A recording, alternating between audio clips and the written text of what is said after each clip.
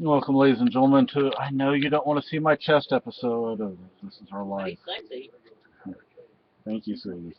sexy. This is the. Gosh, how many videos have I made? This video deals with Uh-huh.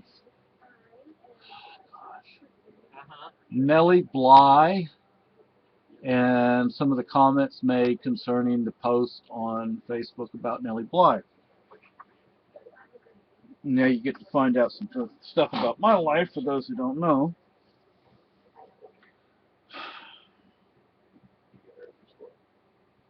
When I was going to Solera, which was like community mental health in San Antonio. Nelly Bly. She went into mental hospitals. I don't remember the years. I'd have to look to see what the conditions were that people were living under. And she, by way of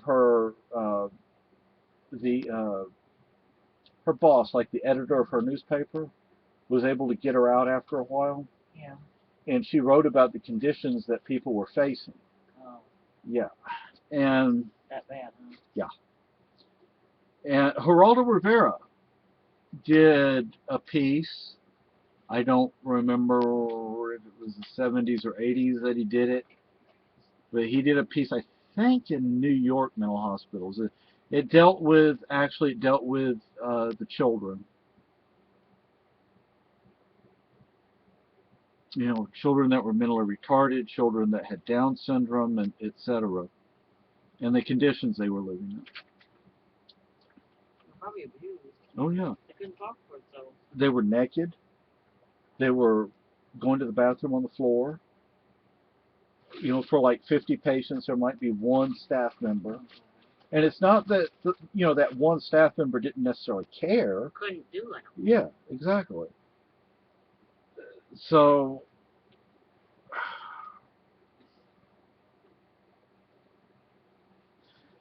we moved to the United States. You know, I'm not from the United States. But we moved to the United States, and 8 years old, what happens? I get stuck in Austin State Hospital. That's back in the old days where you still had those old buildings with bars and grates and these heavy duty metal screens and stuff on the windows. One kid, he tried to climb, well, he did climb the fence. He was on the top of well, it was a gate. He was on top of the gate, and the security guard actually pulled his gun on him. He would have actually shot the guy. A lot of the kids that were in there were headed to whatever they called, well, juvenile prison, not necessarily juvenile hall. I mean, you have to understand, this is 1972 when we moved to the United States. So I was in Austin in 72, 73, and a lot of these kids were there because there were no beds in the state prison for youth. So they sent them to the state hospital.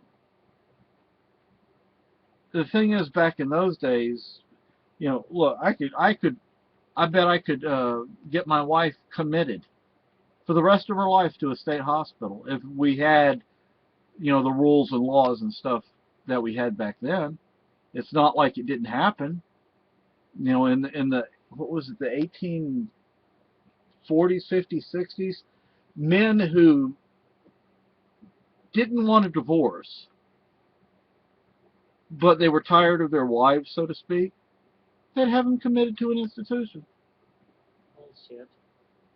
And there was nothing wrong with these women, but they had them, sent to an institution, sometimes for the rest of their lives. No, purely because they didn't want to get a divorce.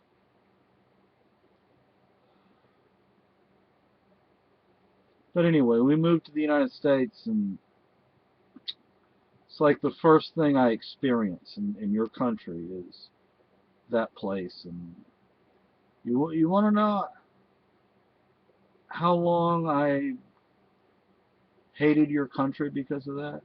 It never happened to me in Spain. Never happened to me in Germany. Never happened to me anywhere but in the United States. And all the years I tried to get justice for what happened, and nothing. Nothing. But then a friend of mine gave me a copy of Dr. Viktor Frankl's book, Man's Search for Meaning, and my life started to change for the better. Then I met this beautiful woman over here, and my life changed for the better. And I just probably can't tell that I have a tear. But, you know, in the 1970s, off and on, I was in those institutions, and I have nothing good to say about them. Even the good ones weren't great. Then again, the next to the last one I was in was actually better than my home life, which is really sad. When you can say an institution like that is better than your home life.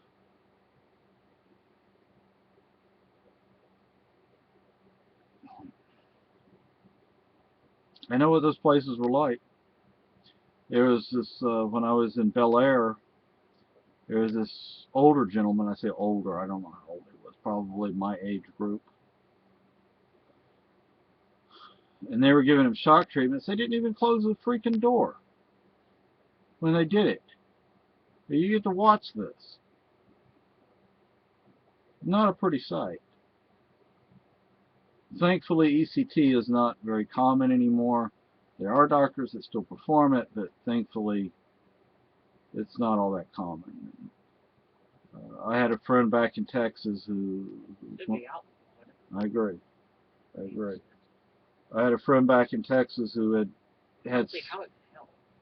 he had so many of them that his short-term memory is shot. I mean, I don't see how it could be of any benefit to anyone. Yeah, I had talked to a doctor about it once, and he said in order for it to even possibly be helpful, you have to have a hell of a lot of them. What do you mean? Shock treatments, ECTs, electroconvulsive therapies. Fry the brain? Yep, that's what it does. And see, what they hope is that it eventually kills off the brain cells that are causing the problem. Or damage. Yeah. But see, there's no guarantee it's ever going to do that. So, I mean, it's sick. And look, when I was in Bel Air, every kid that was there, we were there because, well, my mother couldn't go to Europe on holidays, but most of the kids there, well, we don't want to have to mess with our kids over the summer vacation, so they go to Europe on holidays, and they send their kids to a mental institution. That's wonderful.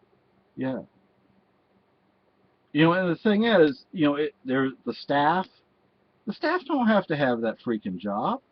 The shrinks that do it, that admit the kids, they don't have to admit the kids, so they're just as responsible. I'm not going to say, well, this doctor or that staff member is not responsible. You admitted the kids. You allow the kids to stay there. You work there. So when I was in Austin, the first dorm I was in, they condemned those old buildings. Okay, those old buildings are gone. I think in Austin, maybe 1, 2, 3 of the buildings still exist for historical purposes, but otherwise they have new buildings, but they have the same kind of staff. They didn't get rid of the idiot staff. Well, I mean, they obviously had to reduce the staff, but it's the same kind of people that they hire. So it's not doing anybody any good. And when I was in Austin, the first building I was in was one of the old, menacing-looking buildings. And they had, 4 sections. They had the children's unit, which I was on the ground floor. And then the kids with mental retardation were on the second floor above us. And then the adolescent girls were across from us, and the adolescent boys were upstairs across from us, above the girls, adolescent girls. And they moved us to a new building. And it was it looked like a nice building. It was a modern building. The building's still there. but they had the same staff. They didn't get rid of the idiot staff. And It doesn't really help. no, it doesn't. And they had the adolescent boys, adolescent girls, male children, and the mentally retarded children. And we went to summer camp. They had like a summer camp for us at what was called the Hog Farm, which is, my understanding is now it's houses. You know, they built houses out there because, you know, Austin expanded over the years. And you'd have to go back for a few days for something. I don't remember what it was. Evaluation or something. And because nobody was staying in the children's unit, they had to send you somewhere, and they weren't willing to send you to the adolescent unit. They sent you into with the ones that were mentally retarded. Like you had anybody to talk to. There's this one kid that had a wooden spoon and doing this, you know, slamming it against his hand all the time. And we ate in a common dining room, and this particular kid once ran up and put his hand in my food. Yeah. And the staff said, "Eat it!" You just about smacked him, didn't you? Yeah, I'm like, A kid? yeah, you know, I wonder where that kid's hands have been. And when were they washed? Yeah, if ever. So, anyway. Probably like giving a cat a bath. Yeah. So, you know, I can understand this meme that's on Facebook because, you know, been there, done that. And I also want to thank you for sharing my wife's, what is it, fundraiser? Fun. Yeah. So, yeah. So, it'd be nice if more people would donate because we have to go to, when do we have to go to Lebanon? 22nd. The 22nd, we have to drive up to and from Lebanon. Oh, God, that's What does it take, an hour and a half, 2 hours, 3 about hours? 2 hours. 2 hours. So, You gotta obey the speed limit, remember that. yeah, because once when we were on our way back, I was going like 90, 95. From my surgery. Yeah, and I crested a hill. What do you think there is at the bottom of the hill? Piggy? Two Vermont state troopers. Thankfully, I slammed on the brakes because I have a feeling if I would not have done that and he would have clocked me at the actual speed I was going, he would have given me a ticket. But he said, I clocked you at 80 or 85. I was actually going like 90, 95 miles an hour. And he just gave me a warning. He said, just, you know, drive safe. And then, okay. I think part of it was because I was in the car. Yeah, yeah. Sick as I told him why we were. I just had surgery. Yeah. And I'm still surprised they didn't keep her in hospital for 2 or 3 days, but the way they do things now. But, Well, what the insurance companies demand of them. yeah. So, You can't keep yeah. Doesn't matter if we die. So anyway, folks, I just wanted to share that. Have a good night. Kind of Bye. stupid.